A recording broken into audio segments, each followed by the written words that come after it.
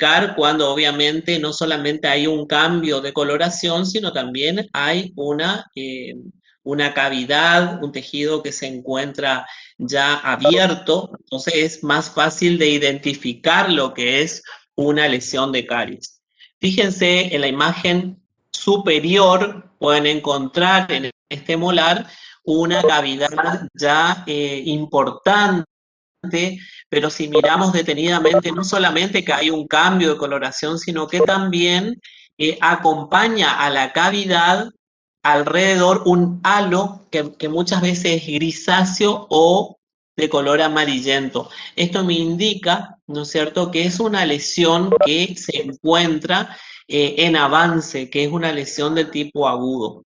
Ahora, si fuera una coloración más bien oscura, me estaría indicando que es una lesión del tipo crónico. Ya vamos a ir viendo, de acuerdo a las clasificaciones, cómo ir analizando cada una de ellas. Fíjense en el sector anterior, estos cambios de colores importantes que se observan en la pieza dentaria número 11, 21, en la 12, en la 22 ya hay una cavidad, pero en las otras se observa un cambio de color, como un halo grisáceo. Eso me está indicando que no es un color normal, es decir, que es seguro que hay lesión de caries. Muchas veces no solamente nos quedamos con el diagnóstico clínico, sino que también es necesario el diagnóstico radiográfico para ver, como decíamos en la clase anterior de diagnóstico, para ver la profundidad de esa lesión y su relación con la cámara pulpar. Bueno, ahora bien, siempre, siempre, siempre recuerden cuando van a estudiar, cuando van a dar un examen, siempre en todos los temas tienen que empezar definiendo. Es decir, saber de qué están hablando. ¿Qué es la caries? Es una enfermedad de distribución universal, de naturaleza multifactorial, que ya vamos a ver por qué decimos que es multifactorial, y de carácter crónico, que si no se detiene su avance natural, afecta a los tejidos dentarios y provoca una lesión irreversible. Es decir, que esa enfermedad sigue avanzando, no solamente toma los tejidos, esmalte, dentina, cemento, llega al tejido, a la cámara pulpar, ¿no es cierto? Y va destruyendo hasta con resto radicular, por eso dice lesiones de tipo irreversible. Hablando desde una inflamación pulpar de tipo irreversible, ya estamos hablando de una lesión irreversible. ¿Estamos? Factorial porque para que se produzca la caries debe intervenir varios factores. No solamente, no cualquiera produce este tipo de lesiones, porque muchas veces seguramente ustedes van a ver entre sus grupos de amigos, sus grupos de familiares, de que hay personas que se cepillan poco los dientes, que comen muchos dulces, sin embargo no tienen presencia de lesiones de caries. Pero sí, por ahí hay pacientes que todo lo contrario, viven en el odontólogo, no consumen tantos azúcares, sin embargo, presentan lesiones de caries en forma continua. Entonces, debemos analizar cada factor, cada conducta de ese paciente, cuáles son las actitudes que tiene frente, por ejemplo, a la motivación cuando uno le explica qué es lo que tiene en la boca, qué tipo de actitud toma ese paciente, si es buena, si es mala, qué factores socioeconómicos intervienen, el estilo de vida. Acuérdense que no es lo mismo un adolescente que una persona adulta.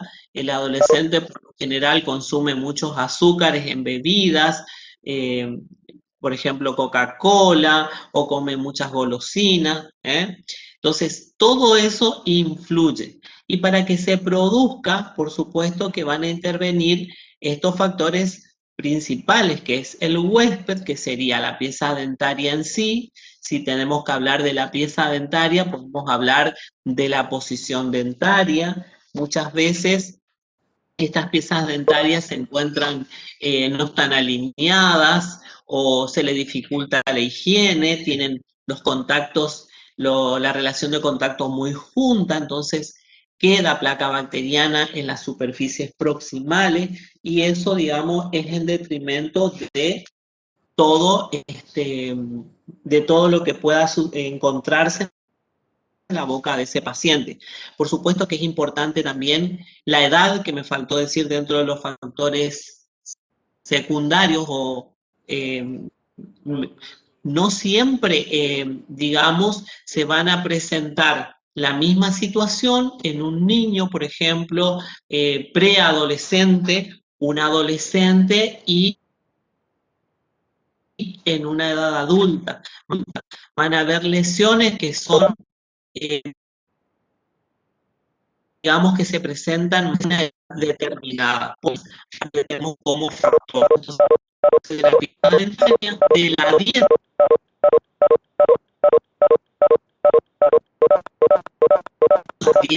rica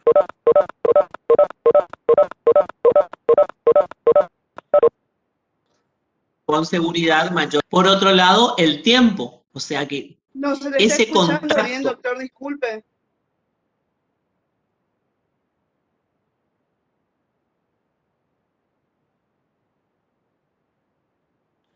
Hola. Estábamos analizando los factores. ¿Ahí me escuchan o no? Hola.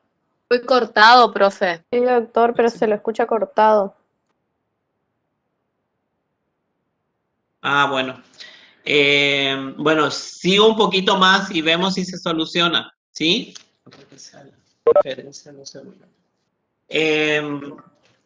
Hay chicos que escuchan bien, doctor. Bueno. Acá me dicen que hay chicos que escuchan bien, ¿eh? Así que bueno, sigo un poco más y vemos. Con respecto, igual va a quedar grabado, así que no se hagan problemas, ¿sí? Queda grabado. Bueno, seguíamos analizando los factores. También ese azúcar en contacto de la dieta, ¿no es cierto? Ese hidrato de carbono, sacarosa precisamente, ese contacto con la superficie dentaria, necesita de un tiempo para que disminuya el pH de la saliva y produzca una lesión de caries en los tejidos duros. Y por supuesto, la presencia de microorganismos que son provenientes de la placa bacteriana, de los restos de alimentos, que van a metabolizar ese hidrato de carbono produciendo ácidos y ese ácido produciendo una desmineralización en la superficie dentaria. Entonces, ¿cuándo se va a producir una lesión de caries? Cuando se produce un desequilibrio entre la remineralización y la desmineralización. Pasamos de un tejido en equilibrio, dientes sanos, a un desequilibrio. ¿Por qué? Porque se han agotado todas las defensas naturales a través de la saliva, que no se ha podido recomponer en el pH y empieza a producir una desmineralización, produciéndose en primera medida la primera lesión subsuperficial, que es la mancha blanca. Es la primera manifestación clínica de la lesión de caries. Y en eso tenemos que estar muy atentos porque es muy importante trabajar en la prevención más que nada de estas lesiones. Vamos a tener también factores predisponentes y atenuantes, ¿no es cierto?, que van a influir en la formación de la caries. Por ejemplo, la civilización y raza, la herencia, la dieta. Herencia, ¿por qué? Porque hay factores genéticos que van a intervenir, ¿no es cierto?, en la formación de caries. Se van a dar cuenta que algunos de sus progenitores han tenido mayores problemas, uno que otro, y eso se hereda con respecto a los dientes. La composición química, la morfología dentaria, la higiene bucal, el sistema inmunitario, el flujo salival, enfermedades sistémicas y estados carenciales. Todos estos factores van a influir Si bien tenemos un factor genético, ¿no es cierto?, que va a intervenir, y también la composición química de la pieza dentaria, la morfología dentaria, la forma sería, ¿no es cierto?, de la pieza dentaria, nosotros podemos ayudar perfectamente desde el lado preventivo con respecto al asesoramiento de higiene bucodental de nuestros pacientes. El flujo salival muchas veces se encuentra aumentado o disminuido dependiendo muchas veces de las medicaciones que toma el paciente, de acuerdo a algunas enfermedades de orden sistémico o algunas carencias por ahí, a lo mejor vitamínicas o de algún tipo de mineral que no incluye dentro de sus hábitos alimenticios. Entonces, todo esto influye en la formación de una caries. Por eso muchas veces nos sorprendemos cuando el paciente viene y te dice, era un puntito y resulta que cuando me di cuenta se me rompió la pieza dentaria. No, esto lleva tiempo, es un proceso. Es nada más ni nada menos que dejadez del paciente, y muchas veces también es culpa del profesional, porque si ya ha visto en la boca muchos factores que influyen, ¿no es cierto?, en la formación de nuevas lesiones, debe recitarlo de acuerdo al riesgo de ese paciente a los 3 meses, a los 6 meses o al año, dependiendo de ese riesgo. Entonces hablábamos de una primera manifestación clínica. Bueno, las imágenes no sé si llegan a ver.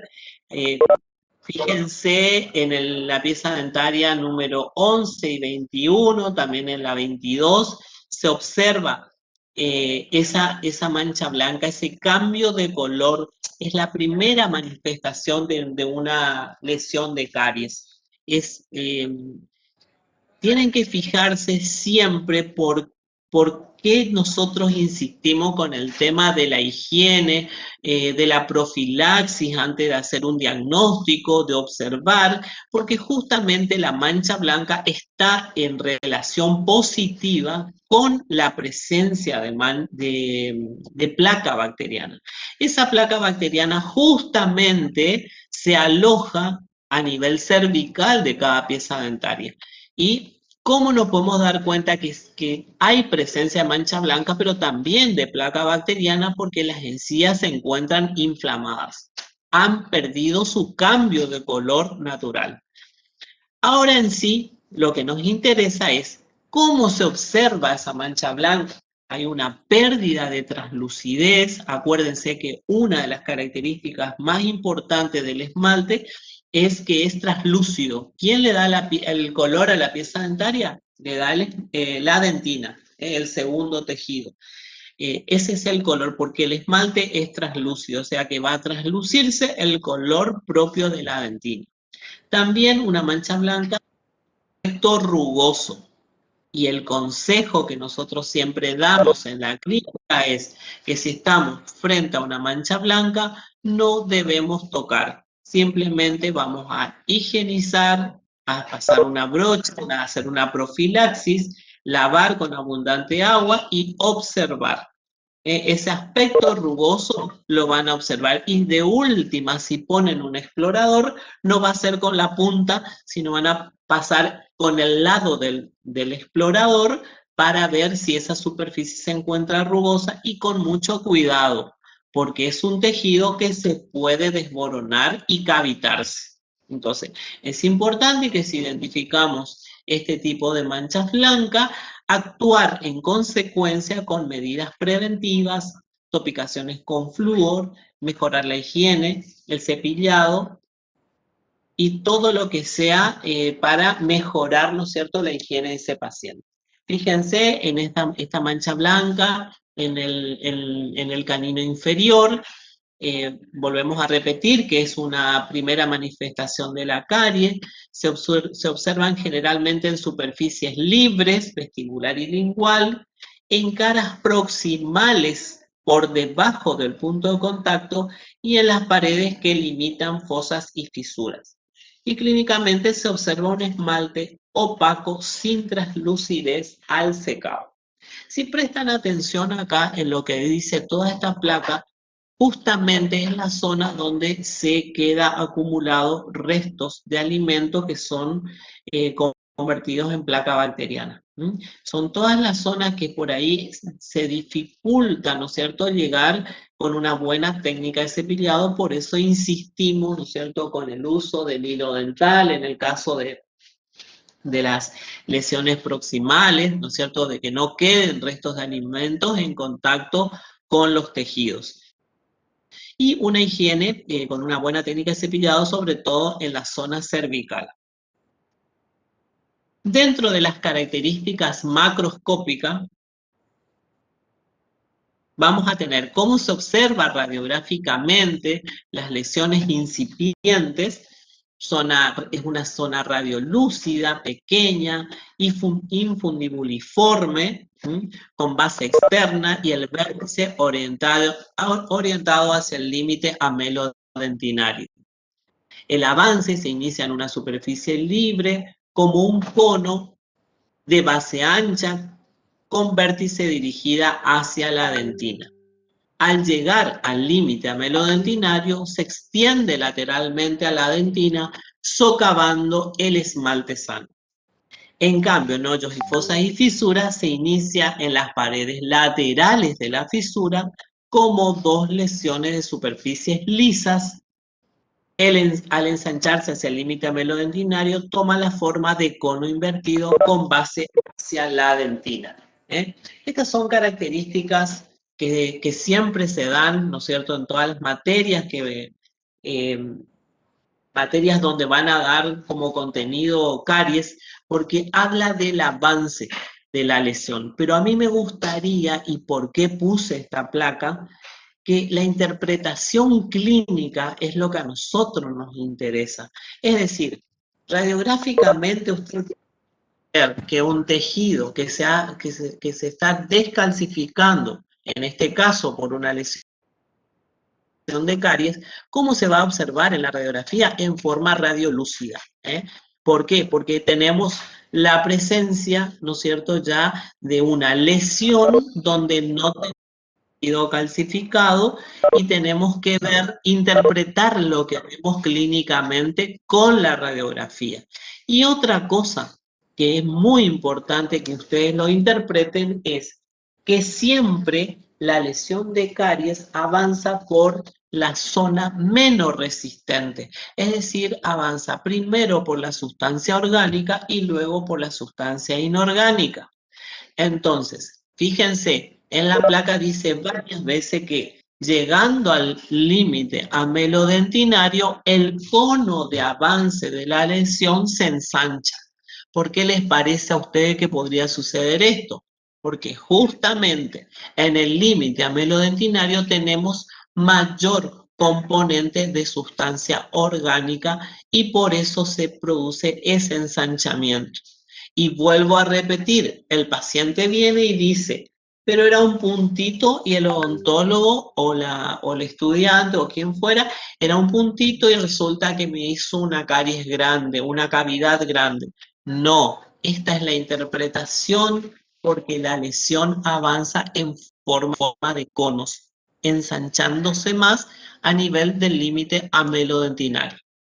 Y por supuesto las diferencias que existen entre una cara libre y en lesiones de caries en hoyos y fisuras, que digamos la dirección del cono es diferente. Bueno, lo que hablamos anteriormente son características macroscópicas para que ustedes interpreten lo que observan tanto clínica como radiográficamente. Ahora tenemos características microscópicas, que si bien no es tan importante porque no estamos hablando de patología, es importante que ustedes conozcan o que tengan una idea pérdida de mineral que va sucediendo. En la zona superficial, o sea, dentro de una mancha blanca vamos a tener zonas. Tenemos la zona superficial, zona del cuerpo de la lesión, zona oscura y zona translúcida. Fíjense los porcentajes de pérdida mineral y de volumen poroso. ¿Mm? Por algo nombramos al cuerpo de la lesión, que es la mayor parte de pérdida mineral que se presenta, y el volumen poroso. ¿Mm? Esto, digamos, es importante que ustedes conozcan las zonas y dónde se produce la mayor pérdida mineral. ¿Qué debemos tener en cuenta? La microscopía de las lesiones de esmaltes no cavitadas presentan esas 4 zonas que ya hemos visto, que están bien definidas y comienzan desde la superficie del diente. Al examen microscópico de una lesión adamantina detectable radiográficamente podrá observarse cuando penetra a la dentina subyacente. Estos son ítems o axiomas que deben tener en cuenta en el momento de estudiar, en el momento de mirar una radiografía. Muchas veces estas lesiones de esmalte donde se encuentra la mancha blanca son poco visibles porque hay poca pérdida mineral. A eso se refiere. Cuando nos aproximamos al dentinario, ahí sí ya empieza a observarse. Tiene que haber una pérdida mineral importante para que se pueda ver. Ahora pasamos a una caries. Estuvimos hablando de caries de esmalte, que es la mancha blanca, y ahora vamos a hablar de la caries de dentina. Clínicamente se puede presentar una caries dentinaria aguda. ¿Cómo va a ser el aspecto? Blanco amarillento de consistencia blanda. Eso es lo que habíamos hablado al principio con las primeras imágenes. Este color, este aspecto me indica, ¿no es cierto?, que es una lesión que está en un avance rápido. Inclusive muchas veces es un tejido muy sucio que si insuflamos aire hasta puede desprenderse algunos restos de tejido que se encuentran en la cavidad. Ahora, si es una carie dentinaria del tipo crónica, va a ser un aspecto, es más duro el tejido, es más resistente, de un color oscuro o marrón. Eso me estaría indicando que es una lesión de larga data, es crónica, que va avanzando, digamos, pero que tiene, digamos, mayor tiempo de producción de esa lesión. Y también tenemos las caries crónicas detenida, que se torna marrón, se pierde la velocidad de ataque y es de una superficie dura. Una caries detenida generalmente lo van a encontrar en superficies proximales. Por ejemplo, cuando se hace una extracción de un diente fino, donde justamente a nivel del contacto proximal se estaba iniciando una lesión de caries, se hizo una mancha blanca, hasta a veces se cavita incluso, pero al sacar la pieza vecina queda esa lesión y resulta que se puede remineralizar porque queda libremente en contacto con la saliva, que es, digamos, sería el primer elemento que va a producir la primera remineralización, y pueden encontrarse con ese tipo de lesiones que han empezado y han detenido su avance. Van del límite, o sea, esto sería las zonas de dentina. También, como les dije, a nosotros en clínica operatoria lo que nos interesa más que nada es lo que ustedes observan clínicamente, porque ustedes toda esta parte ya lo ven en la parte de anatomía patológica, donde se le pregunta la microscopía, ¿no es cierto?, de los tejidos, pero es importante que recuerden las zonas por lo menos. La zona superficial, la zona de descalcificación, la zona transparente y la zona interna. ¿Qué sucede en cada cosa? Pero ya les digo, son características del tipo microscópico, donde se va produciendo, ¿no es cierto?, la ruptura hasta la ausencia de los túbulos dentinarios, la presencia de microorganismos, cómo se van produciendo la obliteración de los túbulos por calcificación de las fibras. Todo esto son características anatómicas, anatomopatológicas sería, porque estamos ya frente a una lesión que ya lo vieron ustedes en anatomía patológica, pero sí deben recordar en la parte clínica que por lo menos sí encontramos zonas cómo las podemos observar y la interpretación clínica.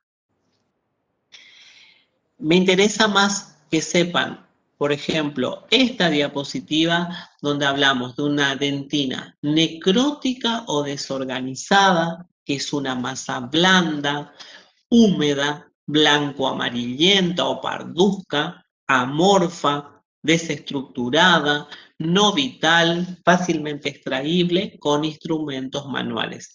Y fíjense que ustedes, sus compañeros que están del 2020 están trabajando, ¿no es cierto? Ahora están trayendo casos clínicos en la que nosotros no es que hemos prohibido el uso de la turbina, sino tratamos de reducir un poco el uso por el hecho de la formación de aerosoles. Entonces por ahí es como que todavía cuesta identificar a esas lesiones abiertas. Fíjense, estas imágenes son lesiones abiertas amelodentinaria, donde nosotros vamos a eliminar esas capas de dentina necrótica y desorganizada. También se van a encontrar con la capa de dentina infectada, que es de aspecto más bien seco, curtido, coriáceo, se desprenden en capas de color pardo oscuro o amarronado, no duele y se tiñe. Estas dos dentinas son las que no son vitales, no duelen, no son remineralizables, es decir, que no son del tipo reversible y son las que debemos eliminar.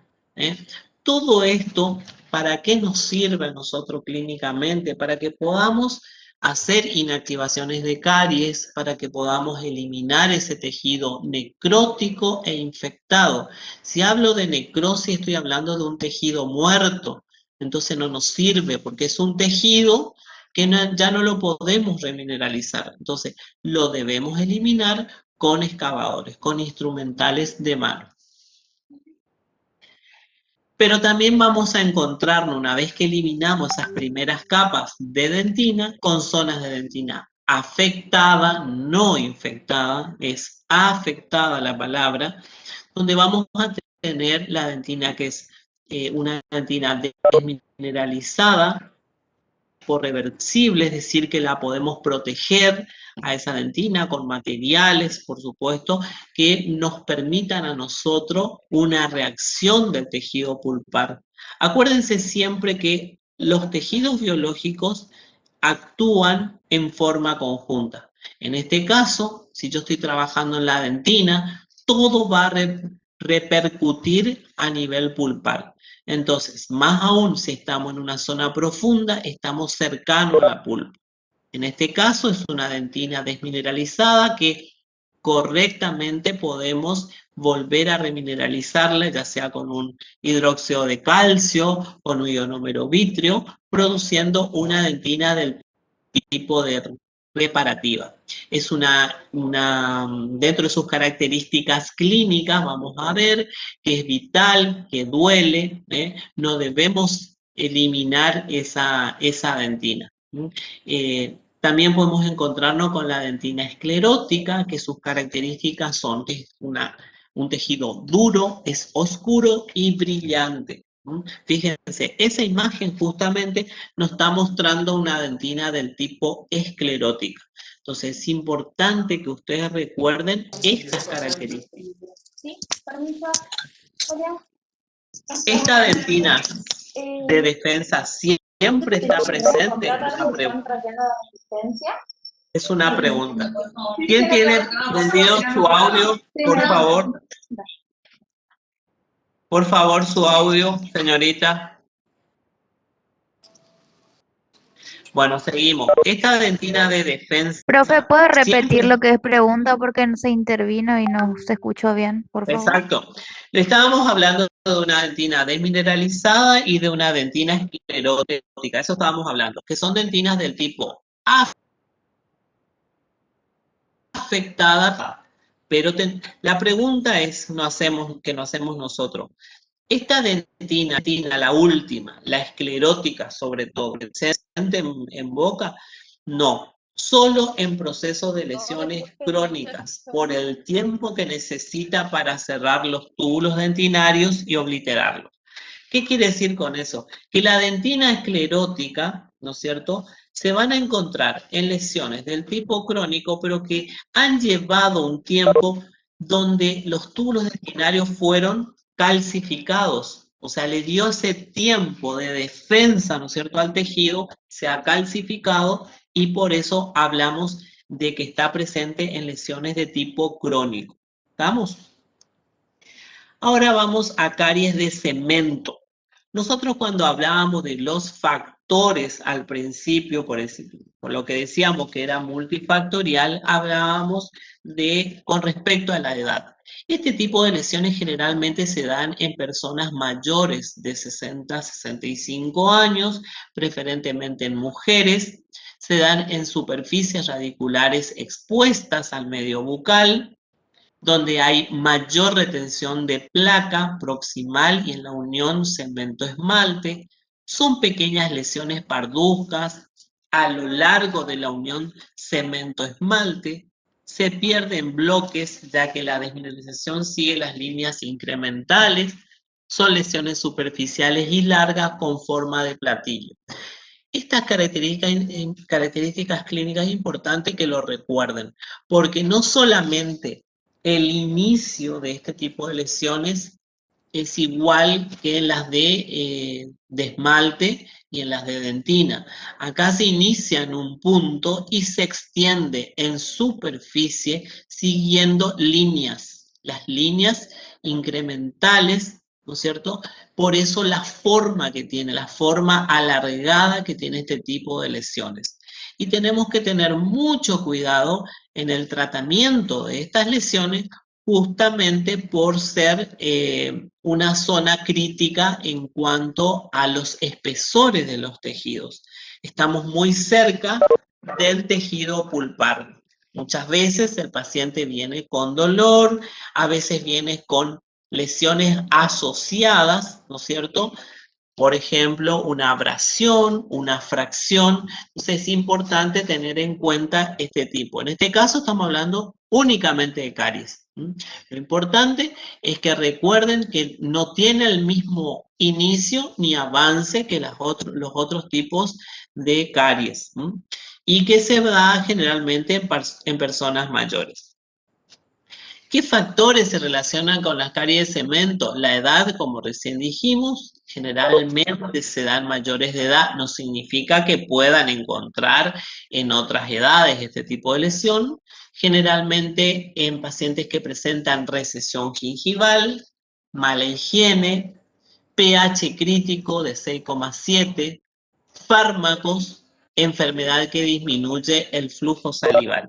Y justamente se relaciona una cosa con la otra. Generalmente en personas mayores, generalmente ya toman medicamentos que hacen que disminuya ese flujo salival y queda expuesto, ¿no es cierto?, a, por ejemplo, a ese tipo de lesiones donde el paciente consume hidratos de carbono, no hay suficiente saliva, no hay arrastre, quedas en contacto con la superficie ese alimento, son metabolizados por microorganismos y resulta que esto termina produciendo una lesión de caries. Caries de cemento, también podemos clasificarlas en activas o agudas, que son cavidades amplias, sobrepasa el cemento rápidamente y compromete a la dentina y a la pulpa, de sintomatología dolorosa, cuando estamos hablando de una aguda.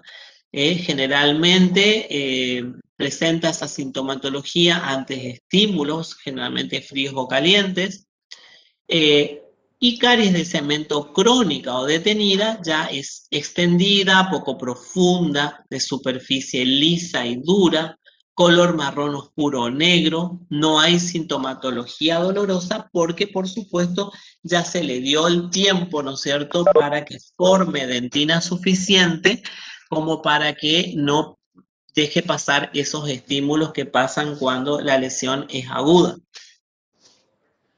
También podemos clasificar a caries penetrantes, que son aquellas de avance que ya han comprometido, ¿no es cierto?, al tejido pulpar, muchas veces hasta comprometiendo la vitalidad de la pulpa. Y las no penetrantes, les traje para que vean estas imágenes. Fíjense la profundidad, se nota que abarca esmalte, que abarca dentina, que hay una lesión muy profunda a nivel gingival y proximal, que esto seguro compromete a la pulpa, y muchas veces tenemos duda y bueno, sacamos radiografías y vamos observando, miramos el ápice si no hay presencia de algún proceso periapical para poder tratarlo. Y las que son caries, digamos, no penetrantes, generalmente presentan, fíjense estas imágenes, son caries en fondo de surcos, ¿no es cierto? Pero acá si ustedes miran detenidamente en esta pieza dentaria, aparentemente un 36, tenemos los surcos con caries, puntitos con caries, pero acá en el centro hay un cambio de coloración, que esto estoy completamente seguro que al abrir se van a unir todos estos puntos de caries, porque debajo de este esmalte que presenta ese cambio de coloración seguramente hay presencia de caries.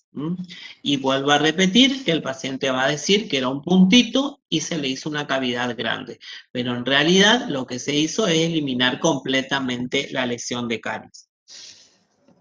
También podemos encontrar dentro de las clasificaciones de caries las caries recurrentes o recidivantes o caries residual. Esto es muy importante que recuerden, es algo muy sencillo, pero que por ahí en el momento de preguntarles no se recuerdan. Si hablo de una lesión de caries de tipo recurrente o recidivante, significa que es una lesión de caries que se volvió a iniciar, que recurrió la enfermedad. Donde se produce generalmente, se desarrollan en la interfase diente-restauración. ¿Cuáles serían las causas? Tratamientos erróneos, incorrecta selección del material de restauración, mala higiene bucal y dieta cariogénica. Fíjense las imágenes. Acá, por ejemplo, se observa perfectamente esa interfase que estamos hablando, donde no hay una integración del material restaurador con la pieza dentaria.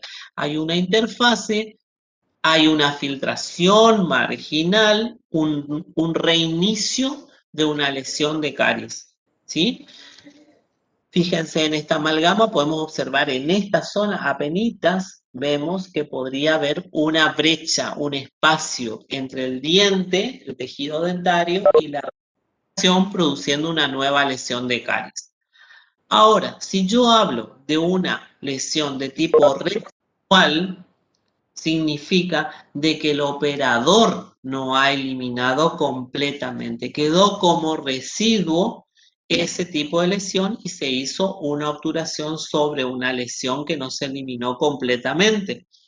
Es una lesión dejada en forma intencional o inadvertidamente debajo de una restauración.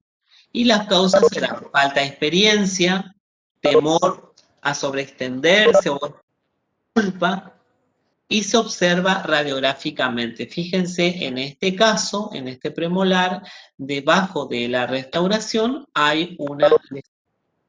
Por supuesto que no sabemos si fue, digamos, intencional, eso nunca vamos a saber, por supuesto, pero generalmente es por falta de experiencia o por falta de conocimiento con respecto a... Pero muchas veces pasa eso de generalmente cuando están cursando, ¿no? Doctor, sigo eliminando, estoy cerca de la pulpa, ese temor, y muchas veces, digamos,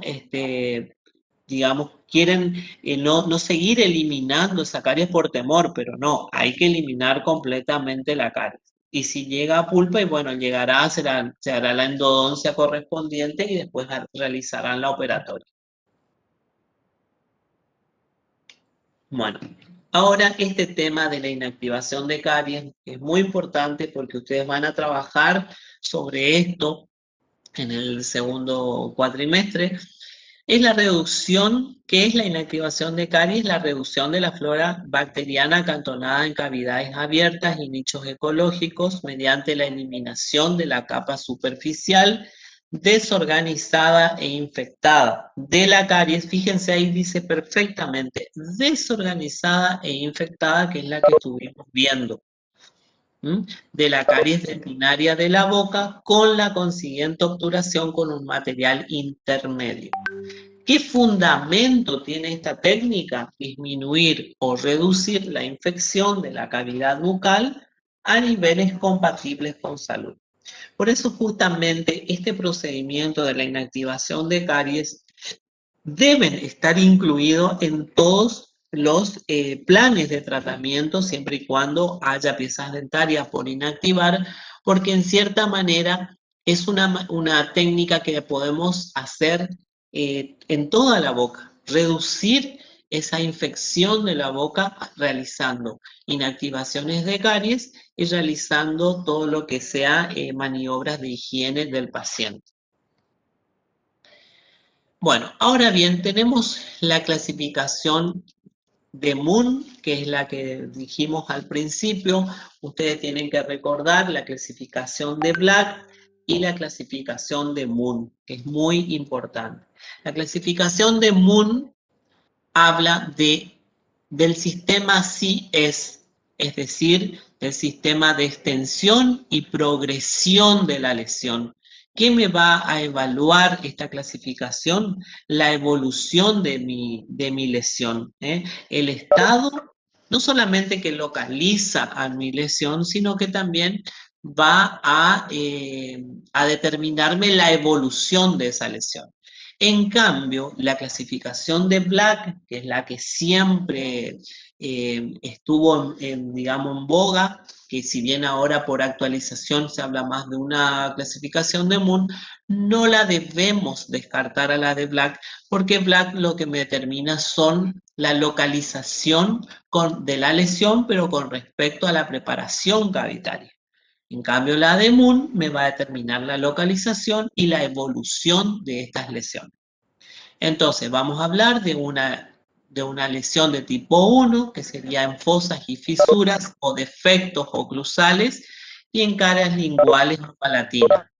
La clase 2 serían superficies proximales de todos los dientes, y a su vez, la clase 3 sería cervical de todas las superficies coronarias y radiculares de todos los dientes, o sea, a nivel cervical, por supuesto.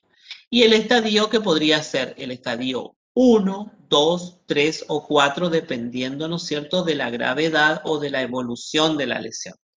Acuérdense que la de Black tendríamos 5, clase 1, clase 2, clase 3, clase 4 y clase 5. Eso siempre deben acordarse como el Padre Nuestro para poder hacer tanto sus planes de tratamiento como para realizar en sí la lesión. Bueno, acá en estos cuadros, ¿no es cierto?, es como que vamos resumiendo los sitios de afección que ya dijimos, y inclusive vamos nombrando, ¿no es cierto?, cuál es el estadio de progresión. En la 1 tenemos hoyos y fisuras de fosas en superficies oclusales, vestibulares y linguales de todos los dientes, y defectos sobre las superficies planas de las coronas, excepto las proximales, porque si no ya entraríamos en la clase 2. Van a ser estadios 0 sin cavitación, sin intervención, se va a hacer una remineralización, y en el estadio 1, alteración superficial en esmalte, tratamiento restaurador. En una lesión de tipo 2, superficies proximales de todos los dientes, ahí vamos a ver la clase 2, clase 3, clase 4 de Black, alteraciones mínimas de la dentina, tratamiento ya restaurador. Y en la clase 3, superficies coronarias o radiculares en el área cervical de todos los dientes, que sería una clase 5 de Black. Alteración en dentina, cúspides débiles, tratamiento restaurador, alteración y destrucción de cúspides y tratamiento restaurador. Esto parece que fuera sería poco entendible, pero ya vamos a ir viendo con otros cuadros para que ustedes tengan en cuenta en qué casos van a ser una intervención y en qué casos no, digamos, si bien hacen una intervención, no es una intervención con cavitación de los tejidos, es decir, van a hacer una odontología mínimamente invasiva en algunos casos y en otras sí con una preparación cavitaria. El sistema IGDAS que también tenemos, que es un sistema, es otra forma de clasificar a la caries, es un sistema internacional para la identificación y valoración de las caries dentales. El comité IGDAS recomendó el uso de un explorador de punta redondeada o sonda para la detección de caries, que se usa cuidadosamente a través de la superficie dental para analizar la pérdida de integridad de la superficie del esmalte. Fíjense lo importante que es no solamente que podemos lesionar con un explorador en forma donde el extremo, en la punta de ese explorador sea de punta aguda, podemos lesionar, podemos desboronar, como decíamos, sino que también podemos crear siembra. Entonces es importante el uso, ¿no es cierto?, de ese explorador de punta redondeada o de sonda para no lesionar. Yo, o sea, preferimos, ¿no es cierto?, toda la asignatura clínica operatoria dental, más bien la observación antes que el uso del explorador. Y bueno, esta clasificación de IGDAS, tenemos que también es importante la evolución y los cambios que van sucediendo en los tejidos, tanto en el esmalte como en la dentina, van a tener esa valoración del esmalte del 0 al 3 y de la caries de dentina del 4 al 6. Y fíjense en este cuadro cómo va perdiendo. En un tejido sano no pasa absolutamente nada, pero de a poquito cómo va perdiendo la opacidad, esa pieza dentaria, se va perdiendo esa translucidez que habíamos hablado, hay un primer cambio visible que se va a observar al secado con aire, se va a observar blanco o marrón, dependiendo, ¿no es cierto?, si eso se está empezando a remineralizar. Van a haber distintos cambios visibles sin secado con aire también, ya es un avance más, es también blanco-marrón, hasta ir presentándose la cavitación del esmalte en forma localizada, ya hay una pérdida de integridad de la superficie, ya más o menos se observa una pérdida de integridad, una sombra oscura subsuperficial, luego ya se distingue una cavidad, ¿no es cierto?, con dentina visible, ya hay una exposición de esa dentina, y en una cavidad extensa ya donde se observa esa dentina expuesta al medio bucal. Entonces, esas son las características del sistema IGDAS, que sería otra clasificación, la de Moon y la de Black. Esta diapositiva, discúlpenme, es de la continuación de inactivación de caries, que es lo que ustedes tienen que traer a la clínica. Tienen que ser cavidades amelodentinarias, abiertas, de tamaño pequeño o mediano, ausencia de fístula, ausencia de movilidad, ausencia de dolor pasado o presente. Acá básicamente en esta imagen se observa la presencia de esta lesión de caries que abarca esos tejidos. Y acá seguimos, perdón, este cuadro es lo que yo le quería decir, que de acuerdo a la extensión de la lesión, dentro de la clasificación de Moon, ¿no es cierto?, vamos a tener, esto es muy importante este cuadrito para tenerlo en cuenta. Si estamos en el estadio 0, en el diagnóstico clínico, vamos a tener una lesión activa sin cavitación, es decir, vamos a tener la presencia de un cambio de coloración, quizás una mancha blanca, y el tratamiento va a ser remineralización o un sellador, y vamos a observar. El sellador sería en el caso de que se presenten algunos surcos profundos. Si hacemos de 5 superficies, ¿no es cierto?, este cociente de restauración del diente, Si sabemos que la pieza dentaria tiene 5 superficies, el cociente va a ser 0/5. Es decir, que no hay una intervención del operador para nada. No vamos a usar una turbina, un micromotor, un instrumental de mano. Simplemente vamos a hacer acciones de remineralización de los tejidos. Ahora, si tenemos el estadio 1, ya hay una lesión con alteraciones superficiales, donde sí ya vamos a ver un tratamiento del tipo restaurador. Va a haber una mínima preparación, una mínima preparación invasiva y una restauración adhesiva, donde el cociente del diente con la restauración va a ser 1/5. En el estadio 2 ya la lesión es moderada, ya estamos en dentina, sin debilidad cuspidia y también el tratamiento va a ser restaurador. También vamos a hacer una intervención, vamos a hacer una restauración y el cociente diente restauración va a ser 2/5. En el estadio 3 ya hay una lesión cavitada con progresión en dentina y debilitamiento de cúspides, donde el tratamiento va a ser restaurador. Vamos a hacer una preparación directa o indirecta de la restauración y el coeficiente va a ser 3/5. Y en el estadio 4, donde hay una lesión extendida con destrucción ya de una o más cúspides, el tratamiento va a ser restaurador y generalmente va a ser una restauración indirecta, que va a ser en este caso una incrustación, donde el coeficiente diente restauración va a ser 4/5.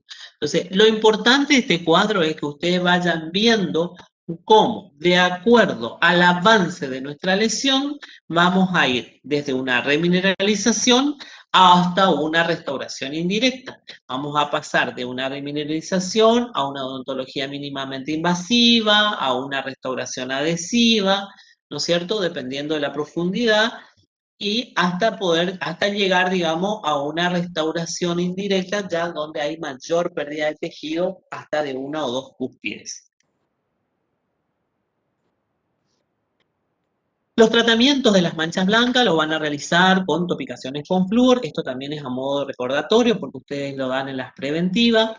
Pueden ser de uso profesional con flúor fosfato acidulado al 1,23% de pH 3,5 o ambulatorio al 1% con un pH mayor, que sería de 5,2. También se puede utilizar barnices, laca resinosa de fluoruro de sodio al 2,26%. Ahí le puse una marca, por ejemplo, el Durafat, que el resultado es, en estos casos, es remineralizar. Otros métodos utilizados son el uso de fosfopéptido de caseína, fosfato de calcio amorfo, Recalden, que es una proteína, una caseína derivada de la leche, calcio y fosfato bionaturales. Estos productos son un poco complicados de conseguirlo en Argentina, pero es importante que ustedes conozcan de que existen y pueden incluso investigar y ver cuáles son, digamos, los productos que se pueden encontrar, pero lo importante es que ustedes sepan de que lo pueden utilizar en las remineralizaciones de los tejidos. ¿Estamos? Y dentro del tratamiento no invasivo es higiene, el uso antimicrobiano, flúor, y los invasivos vamos a tener las restauraciones con ionómero vítreo, con resinas, con amalgamas, con incrustaciones. Bueno, y eso es todo por hoy en la clase. No sé cómo estoy con el tiempo, ahí le paso la bibliografía porque sé que tienen teóricos de prótesis. No sé cómo estoy. 55. Bien.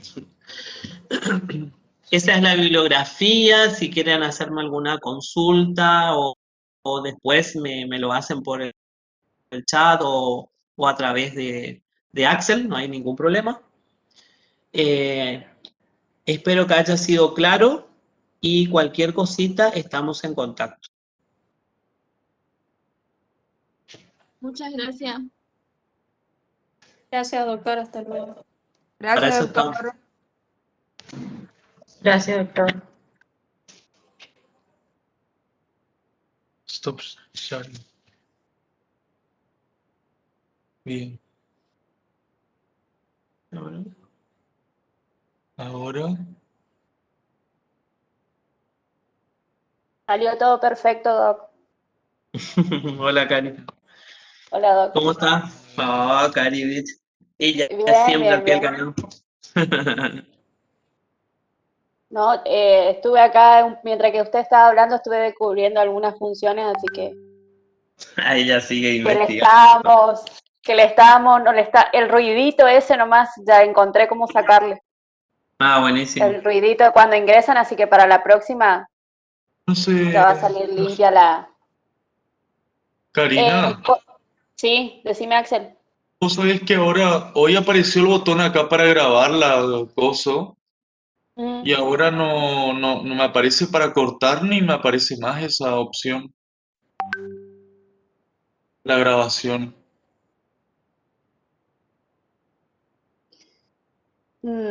¿Sabes qué parece que no se grabó, Axel? Porque acá no me aparece, a mí tampoco. Justo que dije que grave. ¿Será que no se va a terminar de grabar cuando salgamos de la... Y salgan nomás ustedes, salimos y ahí yo ya pruebo a ver si quedó grabado. Bueno, dale, dale. ¿Mm? Salimos Igual entonces. acá de última, bueno, vamos a ir aceitando esto, en algún momento nos va a salir todo perfecto.